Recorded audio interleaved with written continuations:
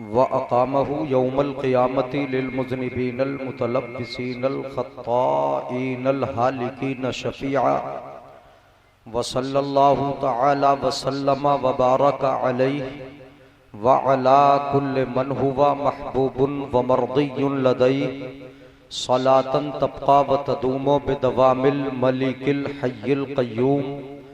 अम्मा बअदु फ़अऊज़ु बिल्लाहि मिनश शैतानिर रजीम। बिस्मिल्लाहिर रहमानिर रहीम। क़द ख़सिरल लज़ीन क़तलू औलादहुम सफ़हम बिग़ैरि इल्म। आमन्तु बिल्लाहि सदक़ल्लाहु मौलानल अज़ीम व बल्लगना रसूलुहुन नबियुल अमीनुल करीमुर रऊफ़ुर रहीम व नहनु अला ज़ालिका लमिनश शाहिदीन वश्शाकिरीन वल्हम्दुलिल्लाहि रब्बिल आलमीन। सुभान अल्लाह। अज़ीमुश्शान प्रोग्राम आप हज़रात के ताआवुन से आपकी बस्ती के कायदीन अराकीन ने सजाया। बड़ी मेहनतों, मशक्क़तों और बड़ी जाफशानी के साथ उलमाए किराम, शुअराए इस्लाम को दावत दी और इस मरहले तक इस प्रोग्राम को पहुँचाया कि हम और आप अल्लाह के पाकीज़ा बयान सुनने सुनाने के लिए यहाँ पर जमा हो गए। अगर आप हजरात तवज्जो दें और आपसी गुफ्तगू से अपने आप को दूर कर लें, हमारी तरफ देखें और बातों को सुने।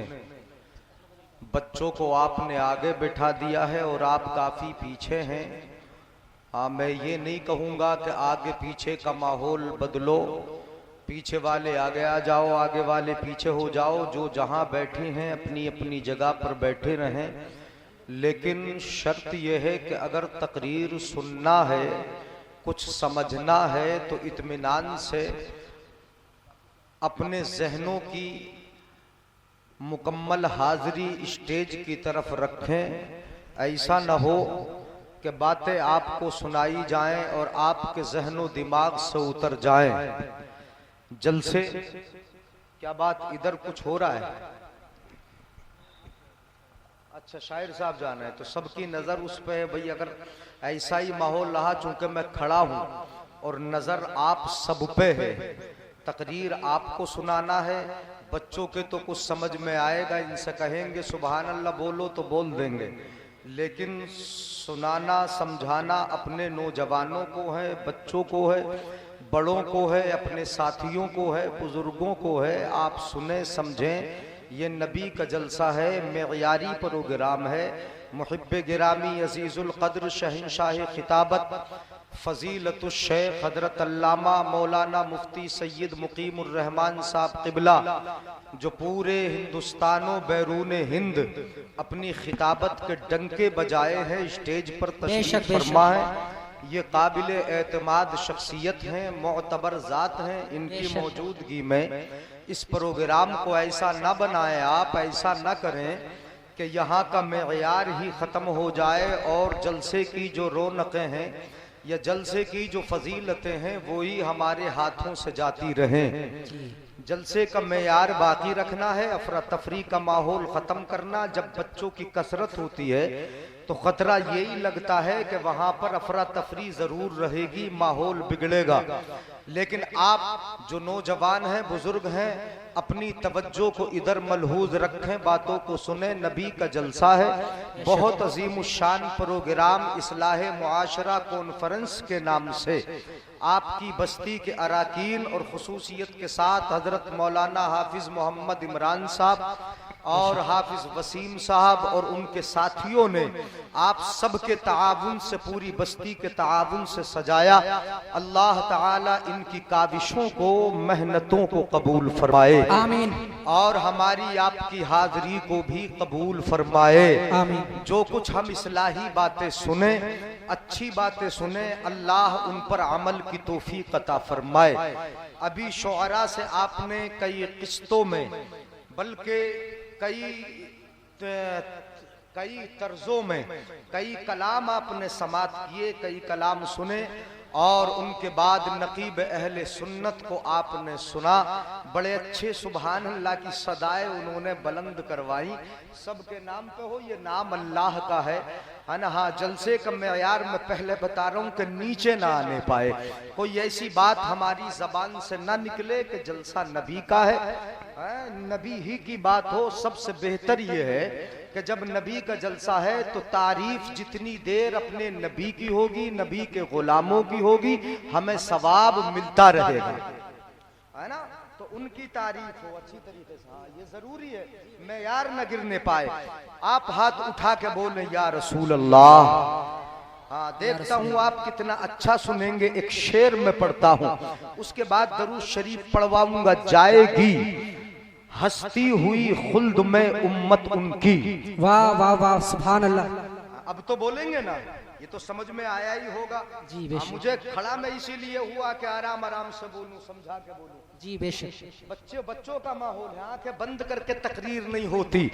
जाएगी हस्ती हुई, मुस्कुराते हैं ना आप।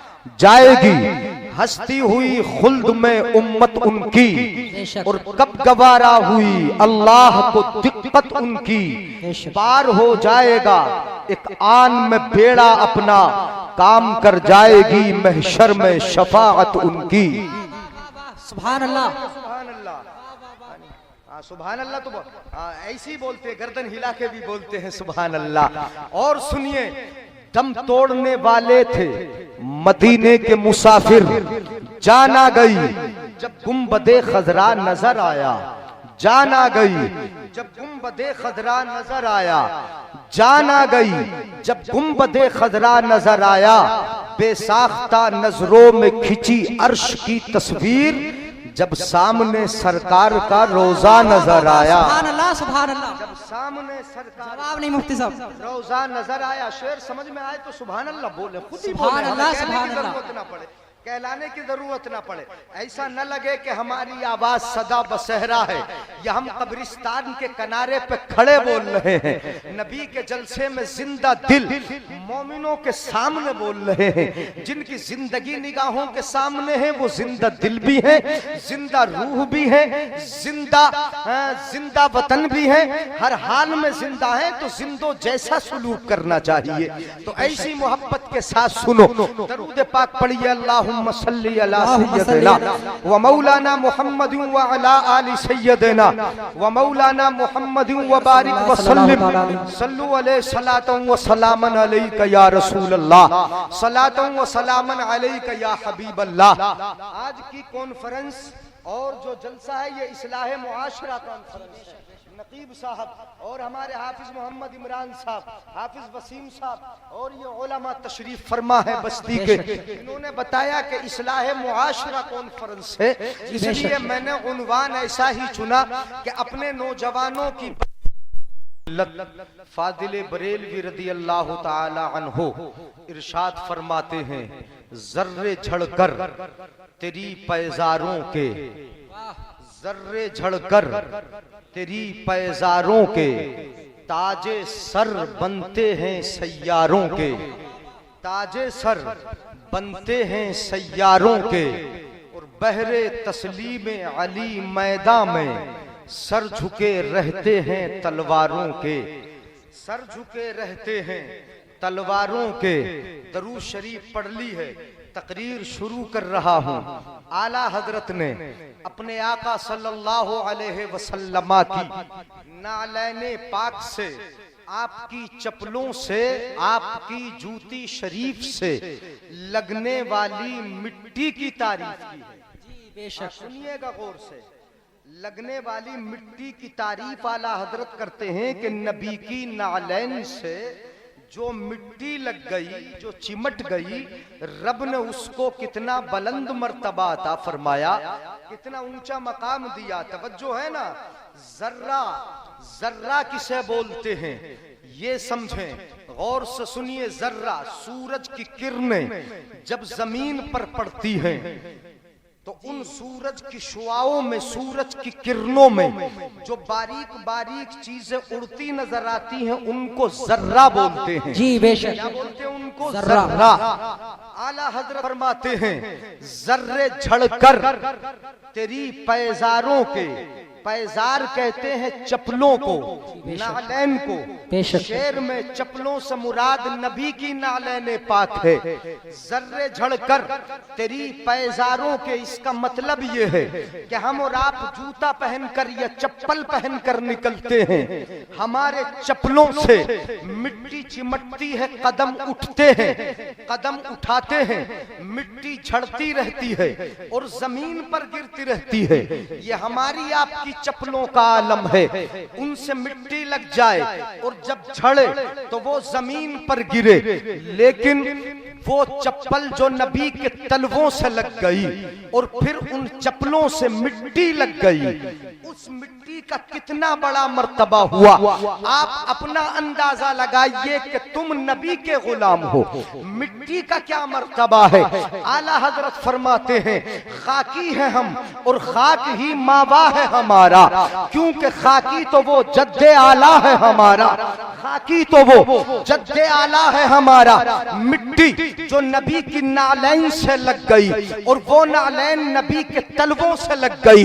नबी मदीना की गलियों में चले, मक्का की गलियों में चले, नबी चलते हैं, कदम नबी के भी उठते हैं। नबी के कदम जब उठते हैं तो नबी की नालैन पाक से मिट्टी जमीन पर गिरती है, मिट्टी झड़ती है। परवरदिगारे आलम उस मिट्टी को जो नबी की नालैन पाक से लगी जमीन पर गिरने नहीं देता, झड़ने नहीं देता। हमारी नालैन से या हमारी चप्पलों से मिट्टी लग जाए, वो झड़े तो जमीन पर गिरे, लेकिन अपने आका का, आमिना के लाल का मर्तबा ये है कि जब आमिना के लाल के तलवों से मिट्टी लगती है या नालैन से मिट्टी लगती है, रब उसको जमीन पर गिरने नहीं देता, हवाओं में उड़ाता है, फजाओं में उड़ाता है और सितारों के सरों का ताज बना देता है।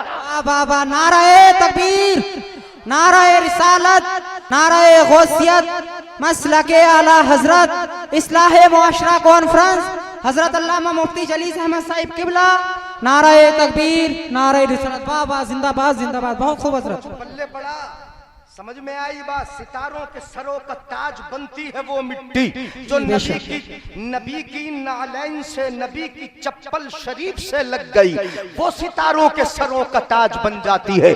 जब मिट्टी को ये मकाम मिला कि नबी के तलवे से चिमटने वाली मिट्टी या नबी के तलवों से लगने वाली नालैन और उससे चिमटने वाली मिट्टी का ये मकाम है कि वो सितारों के सरों का ताज बन जाती है, तो मैं कहूंगा कि तुम तो गुलामाने मुस्तफा हो, नबी के दीवाने हो, नबी के शहजादे हो, नबी के मस्ताने हो। शहजादा मुस्तफा, नबी का दीवाना, दीन का शहजादा, इस्लाम का शहजादा अगर सच्चा लगाओ मदीने वाले से कर लेगा, तो मैं कहूंगा कि वो हूरों के सरों का ताज।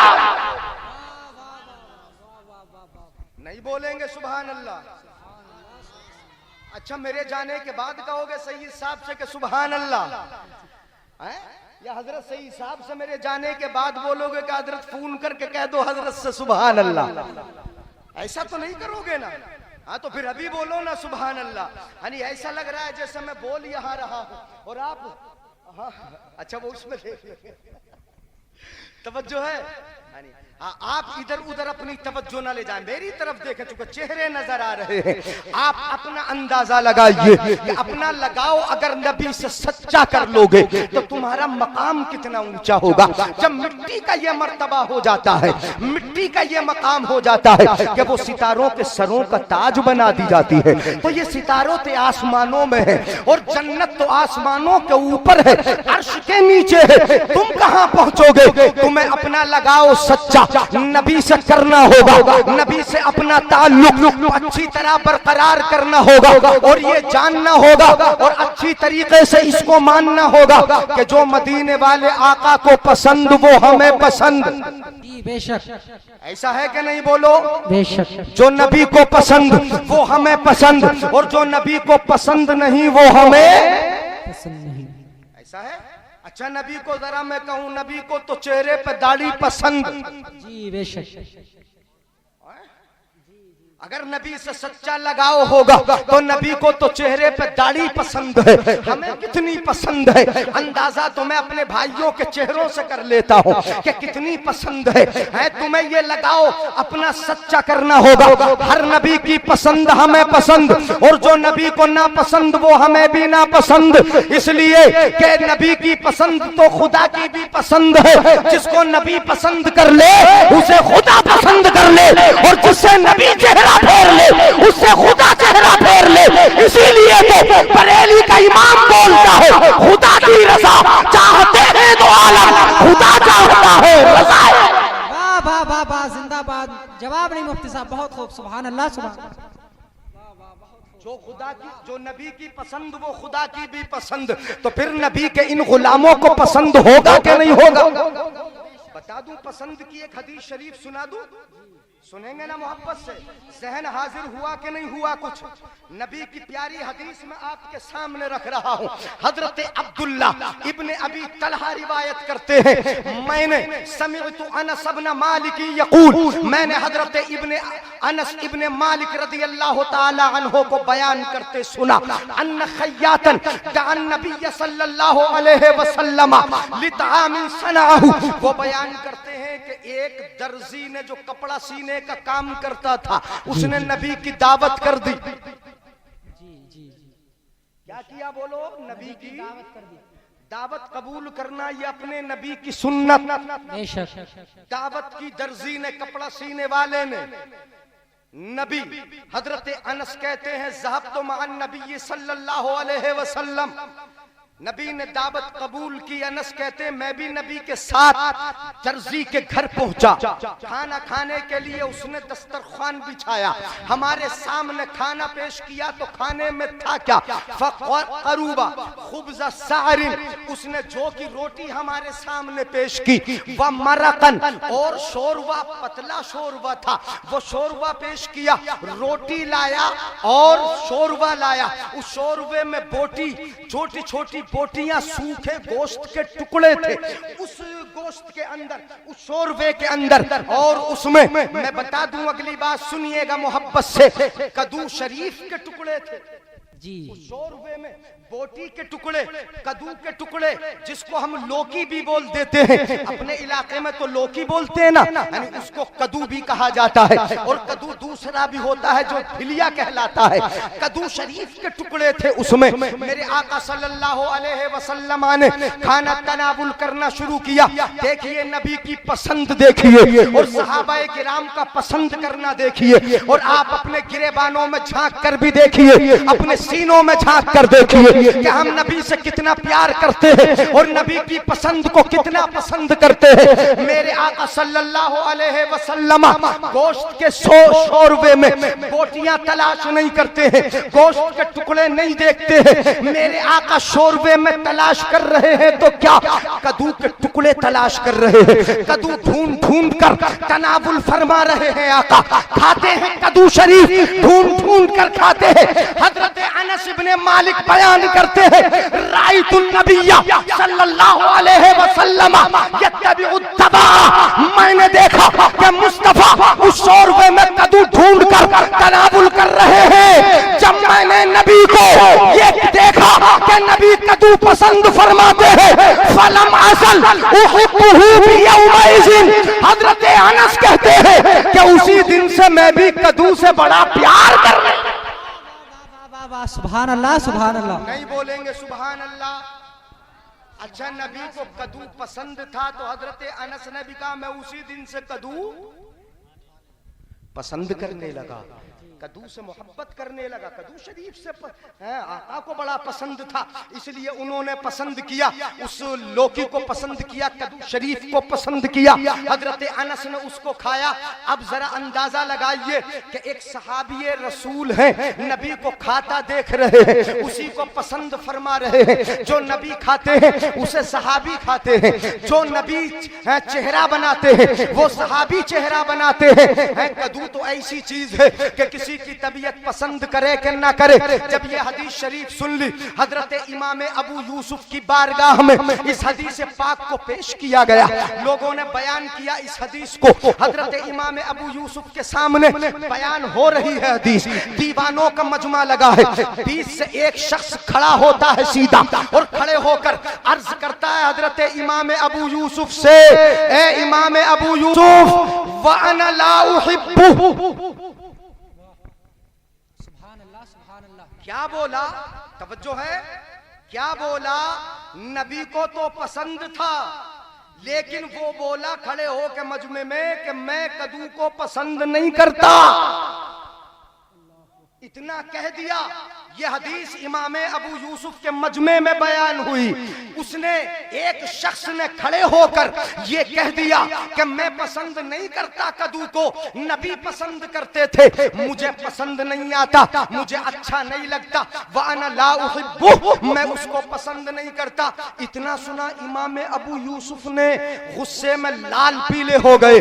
बराबर में तलवार रखी थी, तलवार को हजरत इमाम अबू यूसुफ ने मियान से बाहर कर लिया। जंगी तलवार हाथ में लेकर इमाम अबू यूसुफ खड़े हुए और उस शख्स से बोले, देखिएगा जरा अंदाजा कि जो नबी को पसंद है वो हमें पसंद होना चाहिए कि नहीं। हजरत इमाम अबू यूसुफ बोले, ए शख्स जद्दिद ईमानक व इल्ला लाक़तुलन्नक, नंगी तलवार लेकर उससे बोले कि शख्स दोबारा कलमा पढ़ ले, अगर कलमा ना पढ़ा तो मैं तेरी गर्दन उड़ा दूंगा।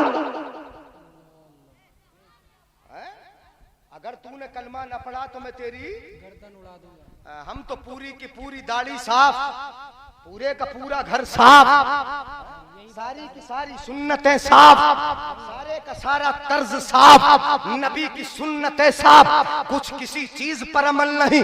कहा जद्दिद ईमानक, अपना ईमान दोबारा, कलमा दोबारा पढ़ ले, दोबारा ईमान ले आ, वरना तेरी गर्दन उड़ा दूंगा। क्या मामला था? यहाँ पर खाने पीने का मामला नहीं था कि तुझे अपनी तबीयत है, जो चाहे पसंद करे, जो चाहे पसंद न कर, लेकिन यहाँ मामला नबी से मोहब्बत, यानी उस चीज का मामला था कि जिसको नबी पसंद करते हैं। मामला उस चीज का था कि जो नबी को पसंद है, जो नबी को महबूब है, नबी की पसंदीदा चीज को किसी में क्या मजाल जो ये कहे कि मुझे पसंद नहीं। उस शख्स ने कह दिया था नबी की पसंदीदा चीज को कि ये मुझे पसंद नहीं, ये मुझे पसंद नहीं। इसलिए हजरत इमाम अबू यूसुफ ने उस तलवार निकाल कर गर्दन उड़ाने के लिए कहा। हमें पता ये चल गया कि नबी की पसंद पर गुलाम मुस्तफा को अपनी पसंद कर लेना चाहिए। अगर नहीं तो खतरा है कि कहीं ईमान जाए ना हो। नहीं बोलोगे सुभान अल्लाह?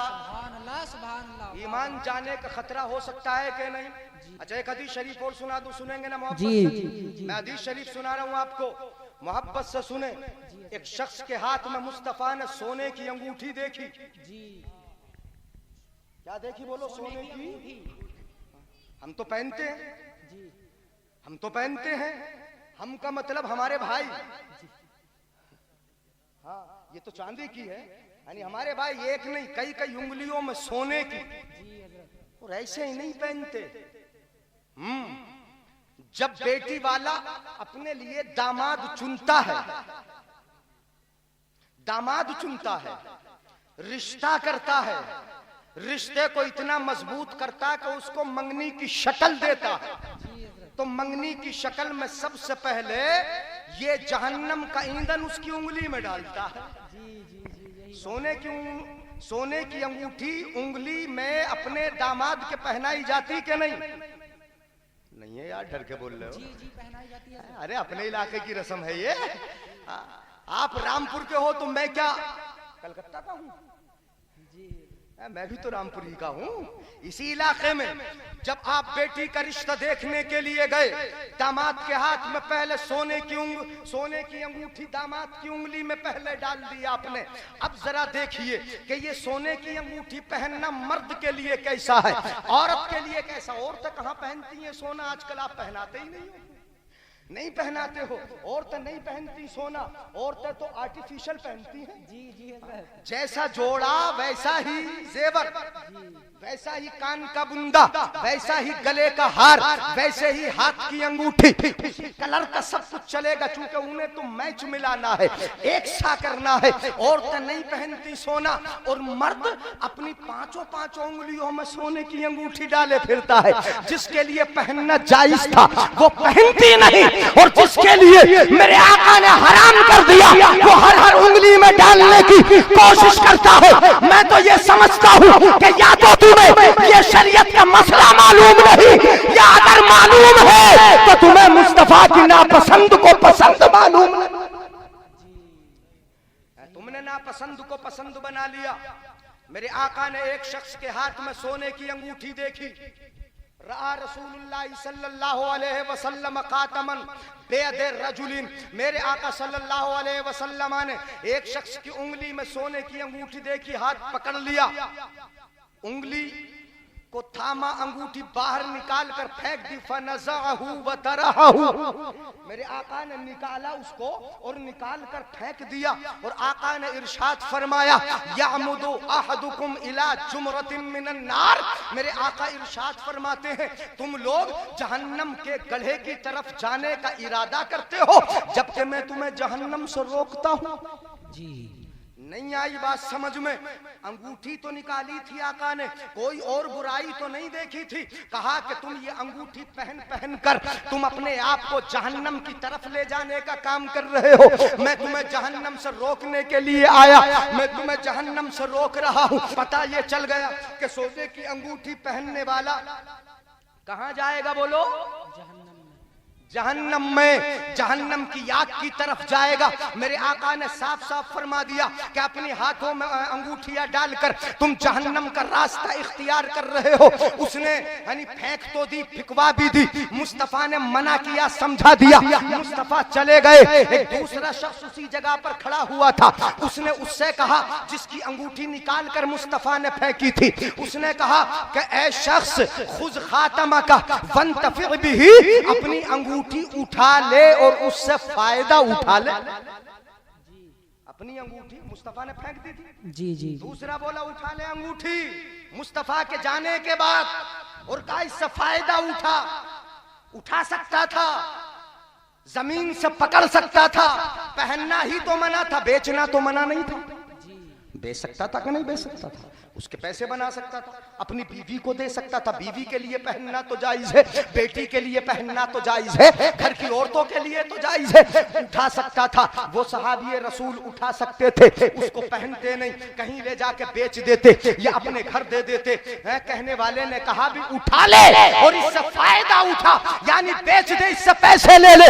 लेकिन सहाबी का अकीदा देखो और मुस्तफा की पसंद और नापसंद को पहचानना देखो। सहाबी रसूल बोले वल्लाही ला अखुज़ु अबदा वक़द तरहहु रसूलुल्लाह सल्लल्लाहु अलैहि वसल्लम, अल्लाह की कसम मैं इस अंगूठी को हरगिज़ नहीं उठाऊंगा, इसलिए कि मेरे आका ने फेंक दिया।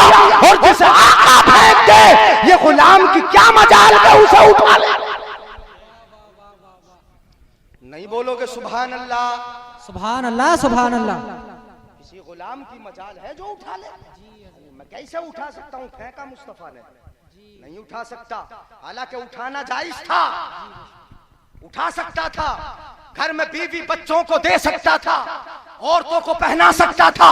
पहनना ही तो मना था, लेकिन नहीं उठाया। क्यों? इसलिए कि वो जानता था मुस्तफा निकाल के मेरे हाथ में दे सकते थे कि घर ले जाए, इसे बेच देना या बीवी को दे देना। मुस्तफा ने निकाला, फेंक दिया। निकाहे मुस्तफा क्या देख रही है मैं नहीं जानता। मुस्तफा ने जब फेंका है तो जिस चीज को नबी फेंक दे उस चीज में मेरे लिए फायदा कभी हो ही नहीं सकता है, मेरे लिए नफा हो ही नहीं सकता है, इसलिए कभी नहीं उठाऊंगा क्योंकि मेरे आका ने इसे फेंक दिया। जी बेशक। बात समझ में आ रही है? बढ़ू आगे बोलो।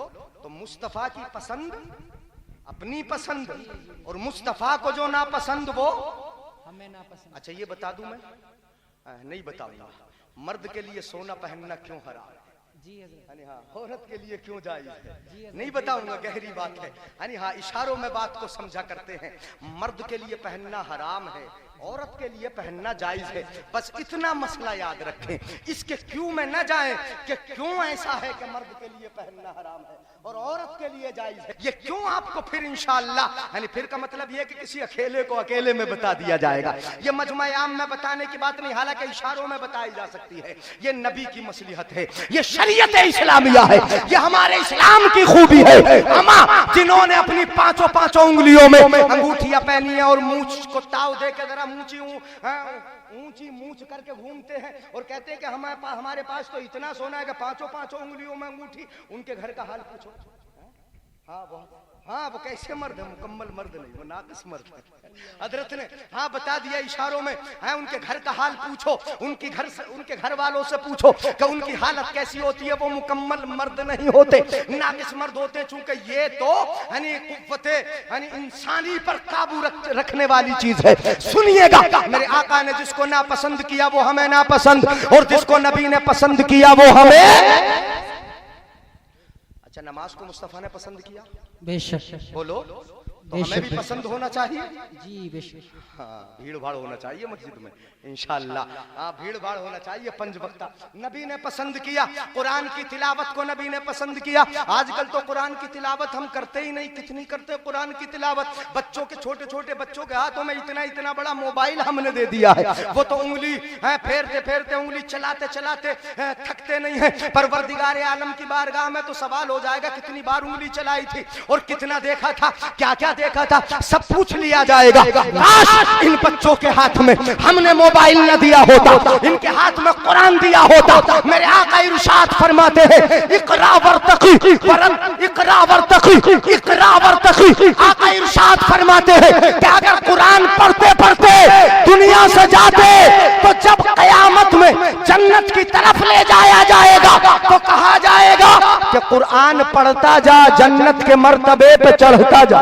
बाबा, नाराए तकबीर, नाराए रिसालत, नाराए गौसियत, मसलके आला हजरत अल्लामा मुफ्ती जलील अहमद साहिब किबला, इस्लाहे मुआशरा कॉन्फ्रेंस, सरजमीन धावनी बुजुर्ग। नाराए तकबीर, नाराए रिसालत। बाबा सुभान अल्लाह, सुभान अल्लाह। आका फरमाते इकरा वर्तकी। कुरान पढ़ने वालों से कहा जाएगा इन छोटे बच्चों को जिनके ज़हन बिल्कुल सादा कागज की तरह है, इनके हाथों में हमने मोबाइल दिया है, जिंदगी को तबाह बर्बाद करके रख दिया है। अगर वाकई हमने कुरान दिया होता तो नबी की बशारत के मुताबिक कल कयामत में कहा जाएगा इकरा वर्तकी, कुरान पढ़ता जा, जन्नत के मर्तबे पे चढ़ता जा।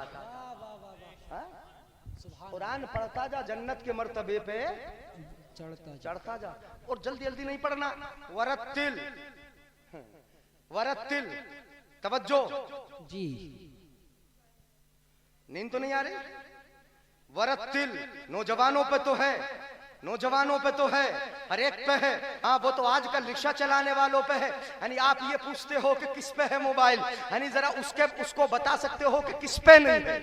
यानी जरूरत की हद तक तो ठीक था, यानी हाँ, जरूरत की हद तक ठीक है, इस्तेमाल की हद तक ठीक है, लेकिन जिंदगी का हर शोबा, हर लम्हा, हर वक्त उसी में गुजर जाना, ये वाकई हमारे लिए नुकसानदेह है, हमारी आंखों के लिए नुकसानदेह है, हमारे जहन के लिए नुकसानदेह है। जिंदगी को बिगाड़ो फसाद में डालने के लिए काफी है वो मोबाइल। ये पूछो हमसे कि है किसके पास नहीं? अगर वाकई उसकी जगह रब का कुरान होता तो मुस्तफा फरमाते कि कुरान पढ़ता जा, जन्नत के मर्तबे पे चढ़ता जा। जितना कुरान पढ़ लेगा उतनी ही ऊपर जन्नत के मर्तबे पे चढ़ जाएगा। सुभान अल्लाह, सुभान अल्लाह। और अगर पूरा पढ़ लेगा तो इधर कुरान की वन्नास की सीन होगी, तवज्जो जी, इधर कुरान की वन्नास की सीन होगी, उधर तेरा आखिरी मर्तबा होगा। इतना ऊंचा पढ़ता जा, कुरान भी पढ़ते जाओ। जो नबी की पसंद वो हमें, बोलो पसंद है क्या नहीं? मेरे आका ने हजरत अबू हुरैरा से फरमाया, ए अबू हुरैरा, नबी की पसंद की बात कर रहा हूँ।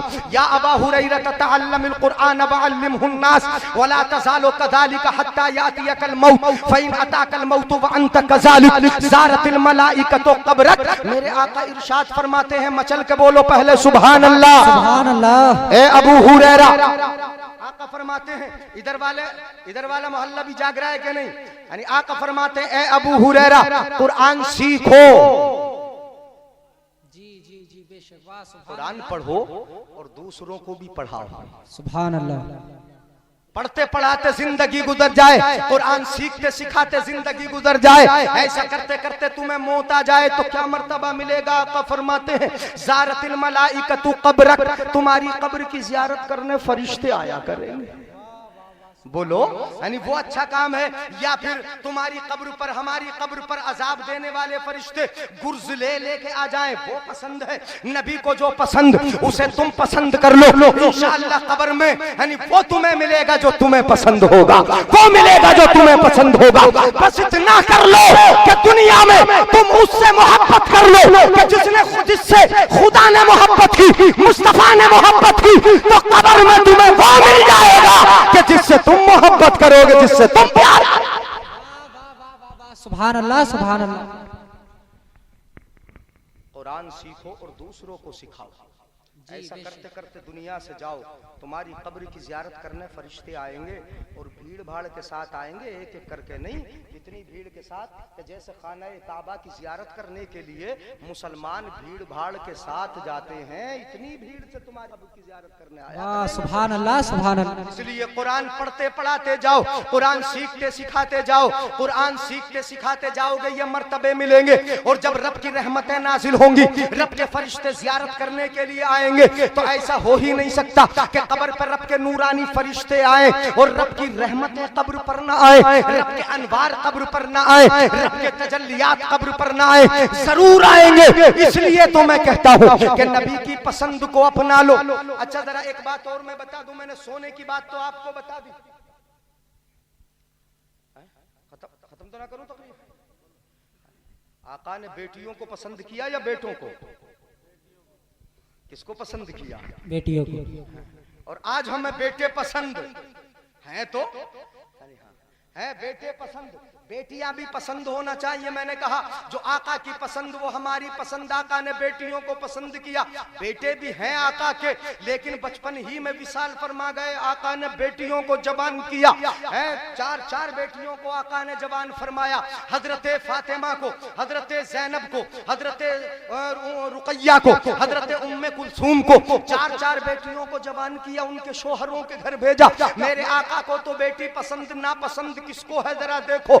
आप अंदाजा लगाओ अपनी इंडिया ही का कि ये बेटियां तो नापसंद उनको थी कि जो बुतों के सामने अपने सर झुकाते थे, शीश नवाते थे, उनके सामने सरबा सुजूद होते थे। वही मुस्तफा के आने से पहले मक्का शरीफ में बेटियों को जिंदा दफन करते थे। वही अपनी औरतों को उनके हाथों में ऊंटों की मैंगनी देकर घुमाते थे। वही उनके गलों में जूते के हाथ डालते थे। हिंदुस्तान में अगर देखो तो वही बेटियों को नापसंद करते थे कि अगर शोहर मर जाए किसी औरत का तो उस औरत को जिंदा शोहर के साथ जला दिया जाता था। नापसंद किसने किया? मुशरिकीन ने। नापसंद किसने किया? बुतों के पुजारियों ने। नापसंद किसने किया? मूर्तियों के सामने सर झुकाने वालों ने। नापसंद किन्होंने किया? जो पेशाब को पाक समझने वाले हैं उन्होंने। नापसंद करने वाले ये है। कुरान इनकी खबर देता है, वैज़ा बुश्शिरा अहदुहुम बिल उन्सा ज़ल्ला वजहुहु मुस्वद्दन वहुवा कज़ीम। अपना कुरान बोलता है कि जब इन काफिरों को बेटी की खुशखबरी सुनाई जाती है कि तुम्हारे घर में बेटी पैदा होगी या बेटी पैदा हो गई है, तो उन मुशरिकों का आलम ये होता है कि गुस्से के मारे उनका चेहरा काला पड़ जाता है। किनका चेहरा काला पड़ता है हमारे गुस्से के? बोलो, मुसलमान का नहीं, मुशरिकों का चेहरा काला पड़ता था। कुरान कहता है जब उनको बेटी की बशारत मिल जाए, उनके घर में बेटी पैदा हो जाए, तो गुस्से की वजह से चेहरा काला पड़ जाता था। घर में बोलना बंद कर देते थे, बीवी से बोलना बंद, घर वालों से बोलना बंद, और जूं जूं परवान चढ़ती थोड़ी बड़ी होती उस बेटी को ले जाकर जिंदा दफन कर दिया करते थे। ये मुशरिकीन मक्का का आलम था। कुरान ये खबर दे रहा है, कुरान हमें बता रहा है कि बेटी की पैदाइश पर, वाह वाह वाह, बेटी के पैदा होने पर, बेटी के घर में आने पर चेहरा बिगाड़ लेना यह किसी नबी के गुलाम का तरीका नहीं, मक्के के मुशरिकीन का तरीका। अब जरा अंदाजा लगा लेना, आज अपने मुआशरे का हाल, अगर बेटा पैदा हो जाए तो दादी खुश, दादा खुश, जी चची चच्चा खुश, फूफी फूफा खुश, और बहन बहनोई खुश, खूब लड्डू और मिठाइयां बट रही। और अगर बेटी पैदा हो गई तो माथा बिगड़ गया, पेशानी पे बल पड़ गया। एक बेटी आ गई, पेशानी पे बल पड़ गया। दूसरी बेटी आई, अब तो गुस्से में रहने लगा। तीसरी बेटी घर में पैदा हुई, घर की औरत को डांटना शुरू कर देता है।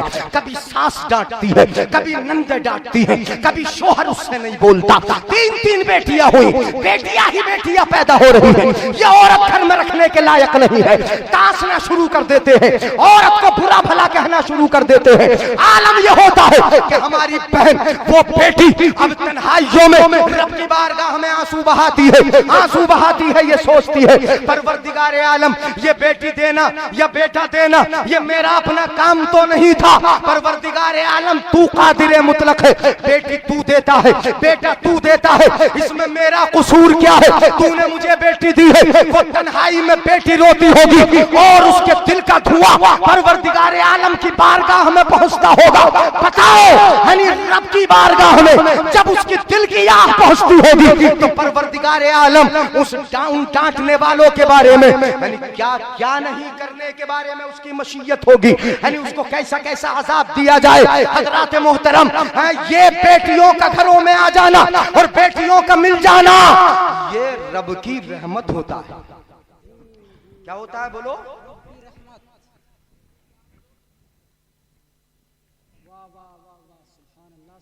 तवज्जो है?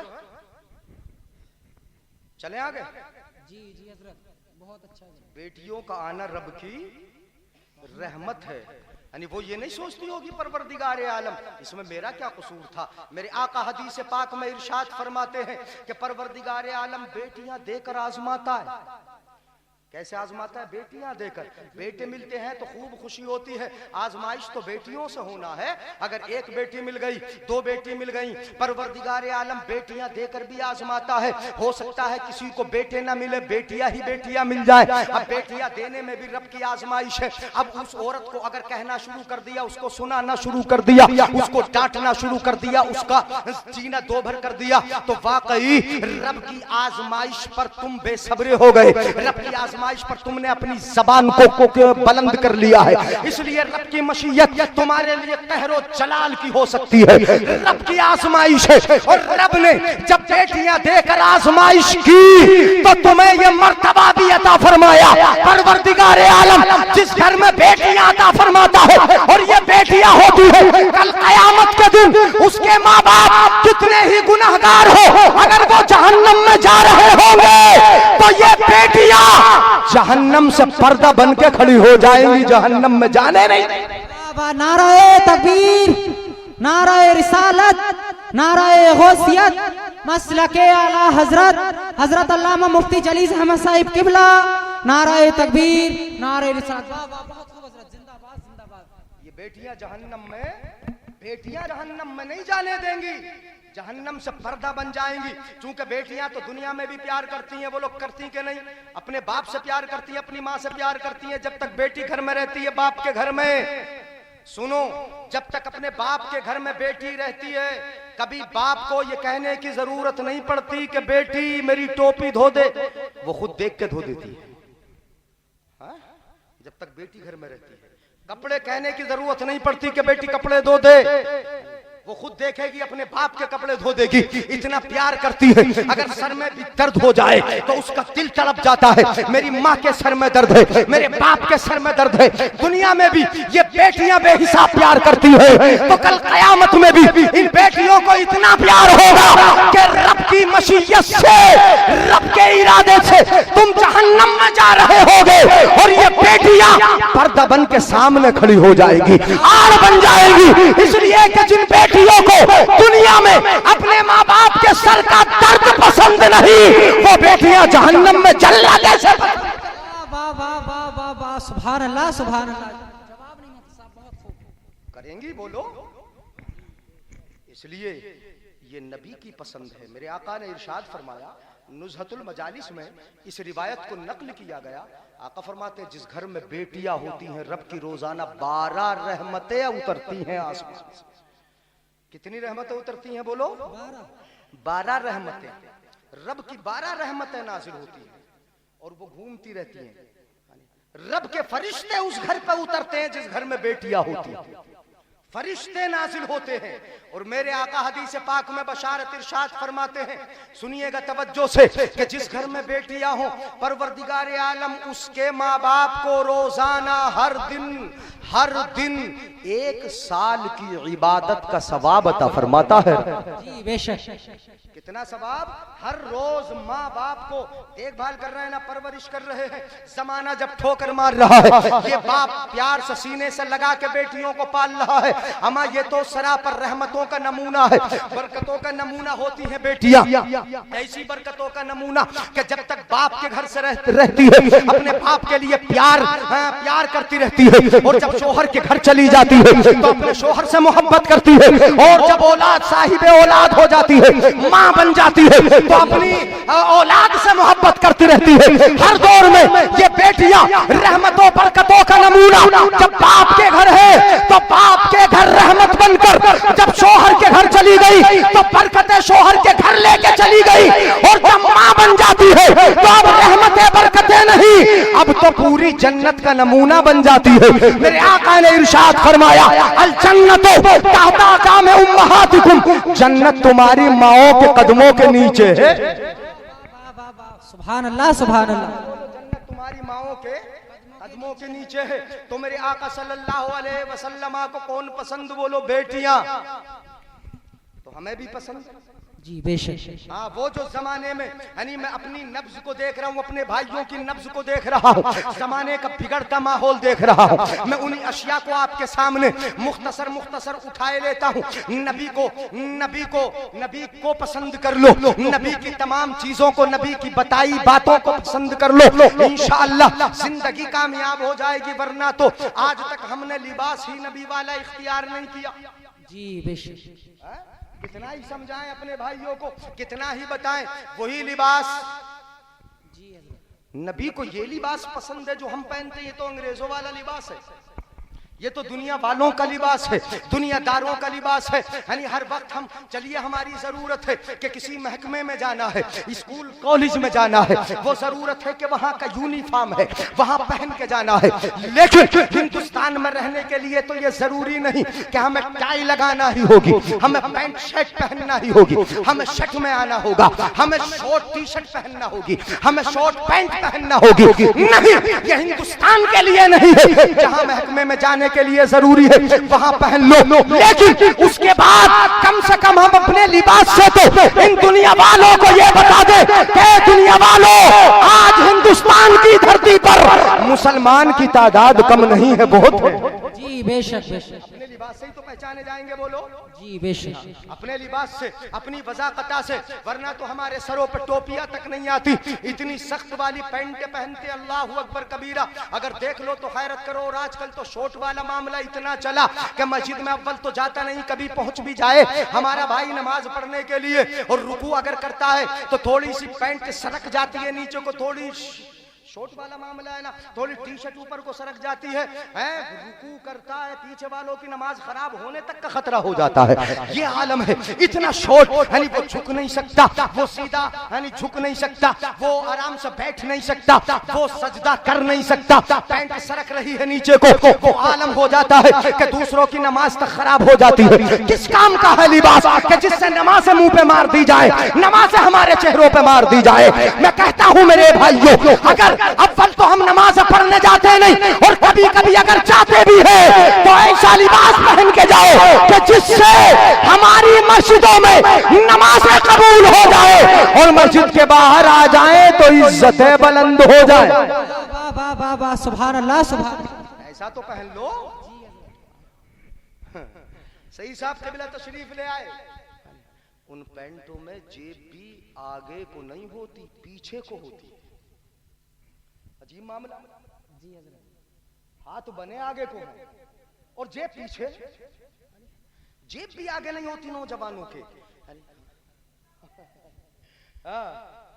आगे तो क्या है मामला, यानी खुरदरी है, पेंट खुरदरी, इतनी जगह से खुर्ची भी है, वो उसे महंगी से महंगी खरीद के लाता। यानी एक नौजवान को देखा बैठा था, घुटने बाहर थे उसके, घुटने बाहर थे, इतनी जगह से फटी, रान से फटी थी, घुटने पे फटी थी। यानी पूछा कि भाई कितने की लाया? बोले हजरत यानी उस वाली पैंट से जो बिल्कुल सही वाली होती है ना, ऐसी वाली, उससे ज्यादा महंगी है। महंगी फटी भी खरीद के लाया। पहले जमाने में तो लोग ये देखते थे कि कपड़ा फटा ना हो, पुराना ना हो, मलगिजा ना हो। अब जितना ज्यादा मलगिजा, जितना पुराना, जितना फटा, उतना ही महंगा। तुम बदले हो, इन्नल्लाह ला युगय्यिरु बिक़ौमिन हत्ता युगय्यिरु मा बिअनफुसिहिम। अल्लाह ताला कौम की हालत नहीं बदलता, ये खुद अपने हालात बदल लेते हैं। जब तुम लिबास ऐसा पहनोगे कि घुटने ही बाहर आ जाए तो फिर क्या हाल रहेगा? नमाजें किधर को कबूल हो जाएंगी?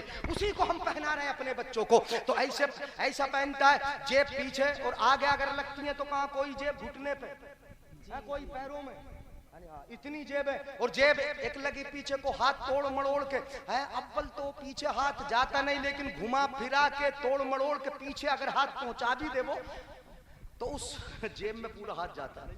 2 उंगलियां डालता अपना भाई, 2 उंगलियां डालेगा उस जेब में, 2 उंगलियां डाल के एक मोटा सा पर्स निकालेगा। जी ये लिबास का आलम है नबी के दीवानों का, नबी के गुलामों का। मोटा सा पर्स निकालेगा बाहर को, मोटा सा पर्स बाहर निकल के आएगा। जैसे ही उसे खोलेगा, जरा देख लो, तवज्जो कर लो मेरे भाइयों, नौजवानों, बुजुर्गों, हमारी हालत ये बन चुकी है। जैसे ही पर्स खोलेगा तो पर्स के पहले ही सफे पर फिल्मी हीरोइनों के आधे आधे नंगे फोटो हो गए, नीम बरहना फोटो अपने पर्स में रखता है, जिसमें दिन भर की कमाई रखता है। अगर अच्छी चीज होती तो सीने से न लगाता। हाँ जरा सोचिए, मैं सोचता था एक जमाने तक कि यार ये पीछे लगती क्यों है, लेकिन जब मैंने उस भाई को देखा कि उसने पर्स निकाला मोटा सा और उसको खोला तो उसमें नंगे नंगे आधे फोटो थे, आधे नंगे नीम बरहना फोटो थे। जब मैंने देखा मैं समझ गया, हाँ पर्स रखने की जगह ठीक है, पर्स रखने की जगह ठीक है। इसलिए कि कोई अच्छी चीज होती तो सीने से लगा के रखता ना। बोलो, अगर अच्छी चीज होती सीने से लगा के रखता। जहां रखा उसने, जहां रखा वो रखने की जगह ठीक है। इसलिए कि इसमें जब आधे आधे नंगे फोटो में तो सीने से लगा के क्यों रखेगा? सीने से लगा के रखेगा ही नहीं, वो रखने की जगह। इसलिए जेब वो इसीलिए लगी है कि तुम्हें फोटो रखना है, तुम्हें ये फिल्मी एक्टरों के फोटो रखना है, तुम्हें क्रिकेट के खिलाड़ियों के फोटो रखना है, तुम्हें दुनियादारों के फोटो रखना है। इसलिए तुम अपनी जेब को पीछे लगाते हो। काश नबी के दीवाने हो, तुम्हारे पास पर्स होता, इस पर्स में वाकई तस्वीर होती तो काय की तस्वीर होती। मैं तो जब समझता नबी का सच्चा गुलाम कि अगर तस्वीर रखना ही थी, पर्स रखना ही था, तो कोई फोटो होता तो अपने नबी के गुंबद का नक्शा होता, या नबी की नालाने पाक का नक्शा होता, सीने से लगा के रखता। अगर वाकई इसको प्यार से चूम लेता, मोहब्बत हो जाता और आंखों से लगा लेता तो रोशनी में इजाफा हो। नहीं बोलोगे सुभान अल्लाह? मुझे तो ऐसी लग रहा है कि मेरे जाने के बाद ही कहोगे सुभान अल्लाह। सुभान अल्लाह। सुनिए मोहब्बत से, इसलिए रखा जाता है पर्स पीछे, तो लिबास ऐसा अपनाया जाए कि जिससे अपनी नमाजें भी हो जाए। जो नबी को पसंद वो अल्लाह को पसंद। अमन नबी के लिबास से तो खुदा भी प्यार करता है। या अय्युहल मुज़म्मिल या अय्युहल मुद्दस्सिर। सुभान अल्लाह। नबी चादर का झुरमुट मार लेते हैं तो रब फरमाता है, ए चादर का झुरमुट मारने वाले, है नबी चादर ओढ़ लेते हैं। कुरान फरमाता है या अय्युहल मुद्दस्सिर, ए चादर ओढ़ने वाले। नबी को रब फरमाता है, वही अदा देखता है। तो नबी का लिबास खुदा को भी पसंद, तो इन गुलामों को पसंद होना चाहिए कि नहीं होना चाहिए? बताओ जरा मेरे भाइयों, सोच कर बताओ। वो नबी अपना नबी है, जो नबी की पसंद है, वो गुलामाने नबी की पसंद होना चाहिए। अपने नबी को अच्छा लिबास पसंद था तो गुलामाने नबी को भी अच्छा लिबास पसंद होना चाहिए। नाराए तकबीर, नाराए रिसालत, नाराए गौसियत, मसलके आला हजरत, इस्लाहे मुआशरा कॉन्फ्रेंस, हजरत अल्लामा मुफ्ती जलीस अहमद साहिब किबला। नाराए तकबीर, नाराए रिसालत। बाबा सुभान अल्लाह, सुभान अल्लाह। हिंदुस्तान में तो रहते ही हो एक बुजुर्ग हिंदुस्तान के सैयद सालार मसऊद गाजी रहमतुल्लाह अलैह। अगर अल्लाह की पसंद को अपना लोगे, नबी की पसंद को अपना लोगे तो हाल क्या होगा बता दो। सैयद सालार मसऊद गाजी का मुरीद हजरत से बोला हजरत अजमेर जाना, आके बोला हजरत अजमेर जाना। हजरत ने कहा इस साल नहीं, आइंदा साल जाना। दिल में तमन्ना लेके आया था, महसूस कर रह गया, घर वापस चला गया। 1 साल के बाद जब रजब आया तब फिर आ गया, हजरत से बोला हजरत अजमेर जाना है। सुनिए जरा मोहब्बत से, गुलामों की शान क्या हो जाती है नबी के। फिर आके बोला हजरत अजमेर जाना है। हजरत ने कहा इस साल नहीं, आइंदा साल जाना है। पिछले साल भी कह दिया आइंदा साल जाना है, इस साल भी कह दिया आइंदा साल जाना है। मुरीद तो सोचने लगा हजरत ने मेरे मरने के बाद कहेंगे कि अजमेर चले जाना, अभी तो इजाजत नहीं मिल रही। सुनिए जरा तवज्जो से, इस साल भी सीना महसूस के चला गया। तमन्ना थी, उमंगे मार रही थी, हुजूर ख्वाजा गरीब नवाज की बारगाह में हाजिरी देना है, आपके उर्स के मौके पर दरबार में जाना है, अजमेर शरीफ के वो मंजर देखना है। ये दिल में एक तमन्ना रखता था, लेकिन 2 साल से मना कर रहे हैं। तीसरा साल, दूसरा साल भी पूरा गुजार दिया। जब तीसरी मर्तबा मौका आया तो फिर आके बोला, आके नहीं बोला, रस्ते ही में टिकट खरीद लिया अजमेर शरीफ जाने का। आ गया पीर की बारगाह में, आके बोला हजरत अजमेर शरीफ जाना है। आपको सुभान अल्लाह परसों बोलना, सुभान अल्लाह। क्या बोला? अजमेर शरीफ जाना है। ये बोला अजमेर शरीफ जाना है। हजरत इससे पहले कि ये कह देते आइंदा साल जाना है, जेब से टिकट बाहर निकाला, दिखा दिया। हजरत टिकट भी ले आया, खतरा था ना कहीं इस साल ना कह दे। जेब से टिकट निकाला और दिखा दिया, हजरत टिकट भी बनवा लाया हूँ, जाना है मुझे अजमेर शरीफ। हजरत ने कहा अच्छा टिकट भी बनवा लाया, जाना है? कहाँ जाना है? टिकट बनवा लाया हो? कहाँ टिकट बनवा लाया? हजरत ने कहा अच्छा मैं जरा नमाज पढ़ा हूँ, उसके बाद जाना। हजरत चले गए नमाज पढ़ने के लिए। नमाज पढ़ते रहे, इतनी लंबी नमाज पढ़ दी कि उसकी ट्रेन ही छूट गई। ट्रेन छूट गई, निकल गई ट्रेन। अब खड़ा रहा इंतजार में, लेकिन गुस्से में लाल पीला हो गया। कर क्या सकता था? पीर साहब का मामला, हजरत का मामला है, सैयद सालार मसूद गाजी रहमतुल्लाह तआला अलैह, लेकिन गुस्से में तो लाल पीला था। हजरत आए, नमाज पढ़ के सवारी जा चुकी थी, गाड़ी निकल गई। आए बोले अजमेर जाना है। बोले हजरत खामोश रहो, गाड़ी निकल गई, बोलते हैं अजमेर जाना।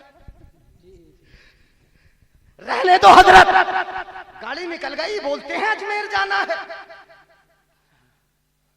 इरादा भेजने का नहीं होगा, 3 साल से मना किए जाते हैं। इस साल टिकट बनवा के लाया था, गाड़ी भी छुड़वा दी। इतनी लंबी नमाज, लेकिन मुरीद भी मुरीद था, उसने ये नहीं सोचा कि हजरत नमाज पढ़ रहे हैं, लंबी कर रहे हैं तो हजरत से बगैर इजाजत के मैं भाग के जाकर ट्रेन पकड़ लूं, ऐसा नहीं किया। बगैर इजाजत के जाना भी नहीं है। बगैर इजाजत के अगर चाहता तो हजरत से कह देता नहीं जा रहा हूं जी, और किसी और रास्ते से होकर निकल जाता। जी जी जी। जा सकता था, लेकिन 2 साल से रुका हुआ। तीसरे साल भी ट्रेन निकल रही थी, हजरत को छोड़ के भाग सकता था, लेकिन भागा नहीं, इंतजार करता रहा। मुरीद भी ऐसा मुरीद हो, इतना पक्का मुरीद हो। आए हजरत, बोले अजमेर जाना है। बोला हजरत खामोश रहो, ट्रेन छूट गई, अब मैं कैसे जाऊं? बोले बता जाना है कि नहीं? उसने कहा हाँ जाना है। कहा जाना है? कहाँ जाना है? हजरत ने फरमाया कि जब जाना है तो आंखें बंद कर। सुभान अल्लाह, बोलेंगे सुभान अल्लाह, सुभान अल्लाह। अगर अजमेर जाना है तो आंखें बंद कर ले। उसने कहा हजरत आंखें बंद करके क्यों, आंखें खोल के क्यों नहीं? क्या जाने, ये तो राजो नियाज की बातें होती हैं। अल्लाह वाले तो आंखें बंद करके अर्श मोहल्ला देख लेते जी, बेशक बेशक। नीचे को कर ले आंखें तो होता है तो सरा देख लेते हैं। बेशक। मर्द मोमिन से बदल जाती हैं तकदीरें, जो हो ज़ौक़े यकी पैदा तो कट जाती हैं जंजीरें। कौन उनके अंदाज़ा, कौन उनका अंदाजा कर सकता है? हजरत ने फरमाया आंखें बंद कर, आंखें बंद कर ले। उसने कहा हजरत आंखें बंद किए लेता हूं, कैसे पहुंचूंगा? कहा 1 कदम उठाना, जमीन पर रखना, दूसरा कदम उठा, जब जमीन पर रखे आंखें खोल देना। बोले ठीक है। यानी आंख बंद कर ली, उठाया कदम, जमीन पर रखा, पहला ही कदम रखा था, आंखें खोल के हजरत को देखने लगा। हजरत ने फरमाया क्यों खोली आंखें? उसने कहा देख रहा था आपको कहीं आप ना चले जाए।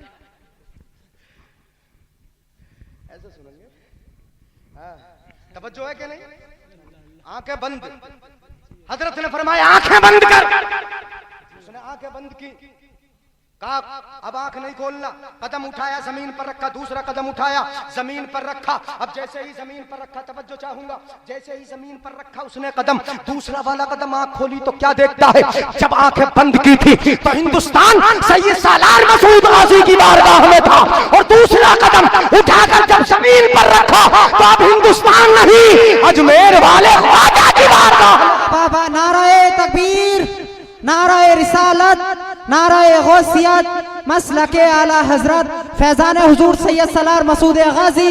नाराए तकबीर, नाराए रिसालत। बाबा सुभान अल्लाह, सुभान अल्लाह। अब जब देखा अपने आप को अजमेर शरीफ में तो सोचने लगा कि बहुत बढ़िया सवारी है। सुभान अल्लाह, सुभान अल्लाह। सफर के लिए जब लंबा सफर होता है तो सामान्य सफर भी रखना पड़ता है, ज्यादा सफर भी होता है, तोशाए सफर भी होता है। मेरे पास कुछ भी नहीं, आंखें बंद की, 2 कदमों में अजमेर शरीफ, इससे बढ़िया सवारी और क्या होगी। घूमा, हाजिरी दी है, दरगाह शरीफ में हाजिरी दी, तारागढ़ पे घूमा। तवज्जो चाहूंगा, तारागढ़ पे घूम के वापस आ रहा था, आने का इरादा था, रास्ते में एक बुजुर्ग मिल गए। बुजुर्ग मिल गए रास्ते में, बुजुर्ग को सलाम कलाम हुआ। बुजुर्ग बोले, बेटा कहाँ से आए? कहा, सैयद सालार मसूद गाजी का मुरीद हूं, उनकी बारगाह से आया। बेटा ये बताओ कैसे आए? ये सवाल भी किया, बेटा ये बताओ जरा कैसे आए? तो इस मुरीद ने जवाब दिया, हजरत ये मत पूछो कि कैसे आया, ये मत पूछो कैसे आया, बता बेटा कैसे आए हो। उसने जवाब दिया, हजरत मेरे पीर ने तो मुझे 2 कदमों में यहाँ भेज दिया। मेरे पीर ने कहा था आंखें बंद कर, पहला कदम उठा जमीन पर रख, दूसरा कदम उठा जमीन पर रख, जब दूसरा जमीन पर रख के आंखें खोल देना। मैंने ऐसा ही किया तो 2 कदमों में मैं अजमेर शरीफ में आ गया। ये मेरे पीर का कमाल है। तो वो बुजुर्ग जो वहां बैठे थे बोले, बेटा मैं तुझे 1 कदम में तेरे पीर के पास भेज दूं तो? वाह वाह वाह वाह, सुभान अल्लाह। नहीं बोलोगे सुभान अल्लाह? सुभान अल्लाह। ऐसे कभी कभी टकरा भी जाते हैं 2 वली। हाँ, हमारे करीम में सही साहब बहुत जाते हैं, वहां पर जाते थे। अब तो टाइम ही कहाँ मिलता, हिंदुस्तान वालों को टाइम नहीं मिलता, इलाके वालों को, इनके इलाके वालों के लिए टाइम का इनके पास। अब तो बाहर वाले चलेंगे, यानी अब तो बिहार चलेगा, नेपाल चलेगा, ये चलेंगे। यानी अब हिंदुस्तान वालों के लिए टाइम बड़ा कम है। ये खोज शरीफ जाते थे, यहाँ खोज शरीफ है ना, जिला रामपुर में खोज शरीफ, हजरत बैरंग शाह रहमतुल्लाह तआला बेशक।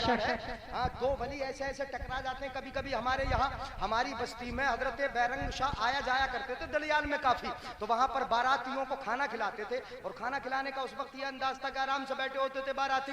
उनको चावल उतार दिए ढबरियों में, उसके बाद बूरा उतार दिया, उसके पीछे से घी। जी जी बेशक, ऐसे चलता था। बेशक। तो वीआईपी तरीका चल रहा नहीं, वीआईपी तरीका। जगह जगह दुकानें लगा दी गई हैं आजकल तो, यानी ढबरिया दे दिया हाथ में, बेटे भीख मांग ले। कभी नहीं मांगी होगी, आज मांग ले, मांग रहा है नहीं। और कभी कभी आपने देखा होगा रामपुर वगैरह या बिलासपुर वगैरह बारात में गए होगे कि कम से कम भिखारी के पास कटोरा तो उसका अपना होता। यहाँ तो वो भी भीख में मांगना पड़ता, कटोरा भी, और वो भी ऐसा कटोरा कि जिसको फूंक मारो तो उड़ जाए, ऐसा कटोरा।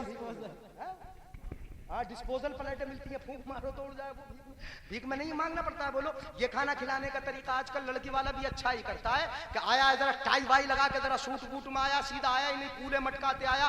ले बेटे पानी भी अगर लेना होगा तो भीख में लेना होगा तुझे। इतना अच्छा इंतजाम किया उसने, ये तरीका है, ये है तरीका। सुनिएगा, तो उस जमाने में भी खाना खिलाया जाता था। हजरत बैरंग शाह रहमतुल्लाह तआला अलैह बारातियों को खाना खिलाने का शौक था, खूब खाना खिलाते थे। तो क्या करते थे, हजरत घी उतारा करते थे लोटे में लेकर घी। हजरत बैरंग शाह, एक बुजुर्ग आ गए, हाथ में चिमटा था, उसके मोहल्ले के बाहर एक मैदान में उन्होंने चिमटा गाड़ा और लोगों से बोले कि मेरे पास जो ये कासा है, इस कासे को चावलों से भर दो। मेरे पास जो पुरुआ है, पुरुआ तो जानते हो ना आप? जी जी। अब पुरुआ अपने इलाके में बोला जाता है पुरुआ, इस पुरुए को घी से भर दो। ये बोला, किसी ने जाके कहा हजरत बैरंग शाह रहमतुल्लाह तआला अलैह से ऐसे ऐसे एक चिमटे वाला कोई फकीर आया है, वो कहता है मेरे कासे को चावलों से भर दो, मेरे पुरुए को घी से भर दो। हजरत ने देखा, निगाहे विलायत से बोले, अच्छा चलो मैं चल। चावल वाले को साथ में लिया, आ गए उसके पास, उसके कासे में चावल तो करवा दिए। अब इन्होंने टुटनू से लोटे से घी लोटना पुरुए में शुरू कर दिया। लोटते रहे, 1 मिनट गुजर गया, 2 मिनट गुजर गए, 3 मिनट, कई काफी देर हो गई, लगभग 15-20 मिनट। न पुरुआ भरता है, न लोटे की धार खत्म होती है। नहीं बोलेंगे सुभान अल्लाह? सुभान अल्लाह, सुभान अल्लाह। ये तो पता नहीं कहाँ चले जाते, कहाँ खो जाते। खोज शरीफ में तो नहीं घूम रहे आप, न लोटे की धार खत्म होती। कभी बारात में खाना खाते हो, इस वक्त आप तसव्वुर में कभी कभी आदमी कहीं का कहीं पहुंच जाता है, तो तवज्जो से सुनिएगा, न लोटे की धार खत्म होती है, न उसका पुरुआ भरता है। काफी देर हो गई तो वो नीचे से बुजुर्ग बोला, जो चिमटे वाला आया था, उसने कहा, ऐ बैरंग, कयामत तक भी मेरा पुरुआ भर नहीं सकता। तो हजरत बैरंग बोले कि अगर तेरा पुरुआ नहीं भरेगा तो मेरे लोटे की धार भी खत्म। वाह वाह वाह वाह, नाराए तकबीर, नाराए रिसालत, नाराए गौसियत, मसलके आला हजरत फैजाना औलिया इकराम, नाराए तकबीर, नाराए रिसालत। बाबा सुभान अल्लाह सुभान अल्लाह। तो ऐसे ऐसे टकरा जाते हैं कभी कभी। तो वो जो तारागढ़ पर बुजुर्ग मिले थे, भूले तो नहीं? उन्होंने कहा अगर मैं एक कदम में पहुंचा दूं तो वाह सुभान अल्लाह। तो बड़ा खुश होकर बोला हजरत इससे बेहतर सवारी और क्या होगी। मेरे पीर ने एक कदम में आप, मेरे पीर ने 2 कदम में आप, 1 कदम में वहां मुझे भेज दे, इससे बढ़िया सवारी और क्या होगी। तो हजरत ने भी फरमाया जो वहां पर मिले थे तारागढ़ की पहाड़ी पर जो मिले थे, उन्होंने भी कहा बेटा आंखें बंद कर। सुभान अल्लाह। हजरत से बोला हजरत ये आंखें बंद करने का मामला समझ में नहीं आया, मेरे पीर ने भी आंखें बंद कराई थी। इसी में कोई चक्कर है। जमीन की तनावों को खींच देने वाला आपने यानी नाम सुना होगा, हिंदुस्तानी में वो है हजरत सैयद वारिस अली शाह रहमतुल्लाह ताला अलैह, हाजी वारिस अली शाह। बेशक। कहाँ रहते हैं? देवा शरीफ में।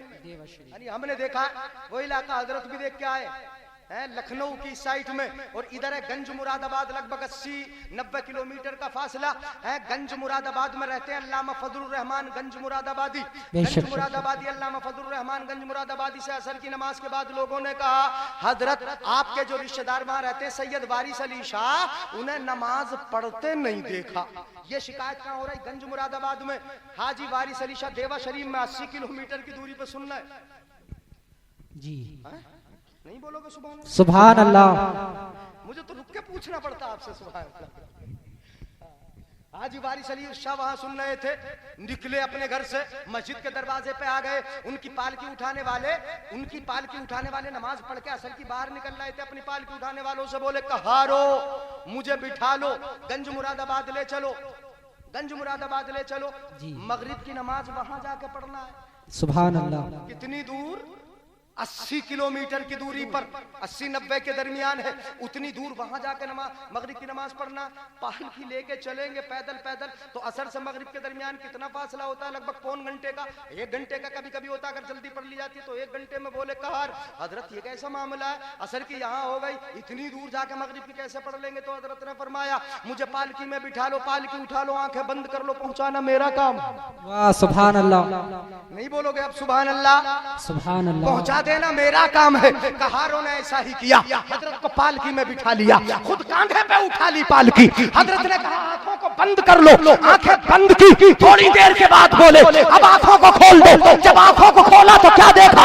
जब उठाई थी तो देवा में थे, और जब पालकी रखी आंखें खोली तो गंज मुरादाबाद। वाह वाह वाह वाह, सुभान अल्लाह सुभान अल्लाह। बहुत जिंदाबाद जिंदाबाद। को कैसे समेट दिया खुदा जाने, कैसे पहुंचा दिया। मगरिब की नमाज का वक्त है, मगरिब की नमाज के वक्त बिल्कुल लोगों ने जब सुना कि हाजी वारिस अली शाह आए हैं, मस्जिद के दरवाजे पे पालकी आ गई तो भीड़ लग गई, जोक दर जोक लोग आना शुरू हुए, मस्जिद भर गई।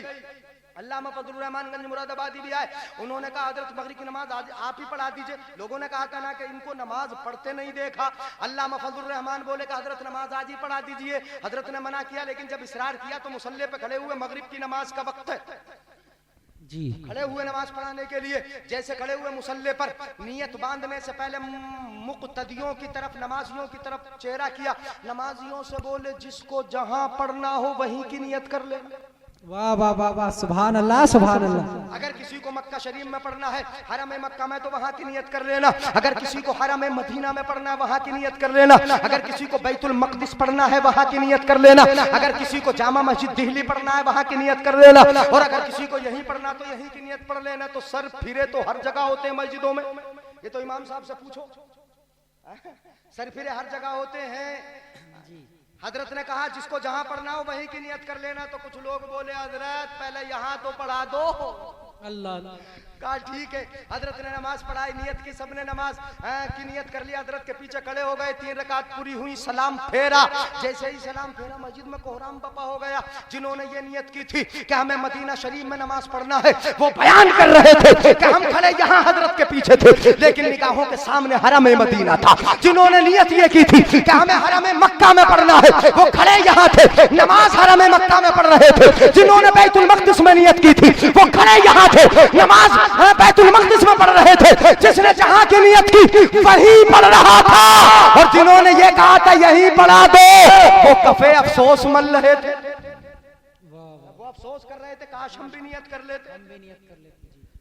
ये शान होती है, इशारों में ही तनावों को समेट देते, इशारों में तनावों को समेट देते। परवरदिगार आलम ने इनको बड़ी कुदरत अता फरमाई। वो बोले बुजुर्ग मैं एक कदम में पहुंचा देता हूं, बेटा आंखें बंद कर, आंखें बंद कर। बोला हजरत आंखें बंद, चलिए आंखें बंद किए लेते, लेकिन ये राज समझ में नहीं आया है। राज राज रहने दे, आंखें बंद कर। उसने आंखों को बंद किया। हजरत ने कहा कदम उठाना, कदम जमीन पर रखे, आंख खोल देना।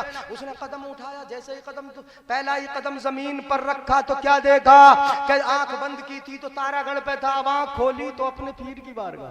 वाह वाह वाह वाह, सुभान अल्लाह सुभान अल्लाह सुभान अल्लाह सुभान अल्लाह। अपने पीर की बारगाह में था, अपने पीर के पास था। अब इधर उधर ना गया, कहीं और ना भागा, अपने घर नहीं पहुंचा, पीर के कदमों में गिर गया, पीर के कदमों में गिर गया। और पीर के कदमों में गिर के बोला हजरत ये मामला समझ में नहीं आया, आपने 2 कदमों में वहां पहुंचा दिया, उन बुजुर्ग ने 1 कदम में यहां पर पहुंचा दिया, ये मामला क्या है, ये मामला समझ में नहीं आया।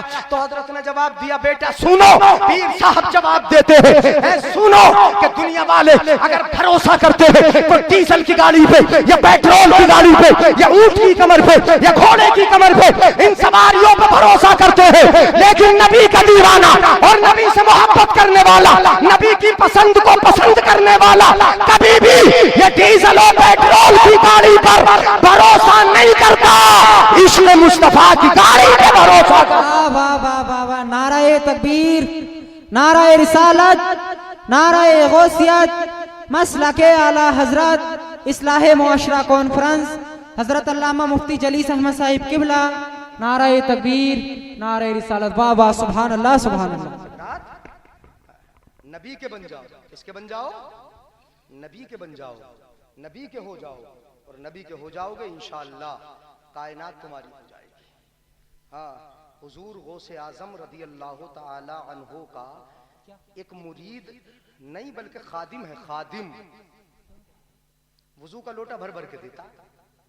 मुनव्वर शाह रहमतुल्लाह इलाहाबाद में मजार शरीफ, हिंदुस्तानी में मजार है उनका, हजरत मुनव्वर शाह छोटे से नौजवान है, लोटा भर के देते हैं। गौसे आजम वुजू बना रहे, तवज्जो चाहूंगा, इधर देखिए जी। गौसे आजम वुजू बना रहे, लोटा भर के दिया, ये खड़ा हुआ कुछ सोच रहा। क्या सोच रहा?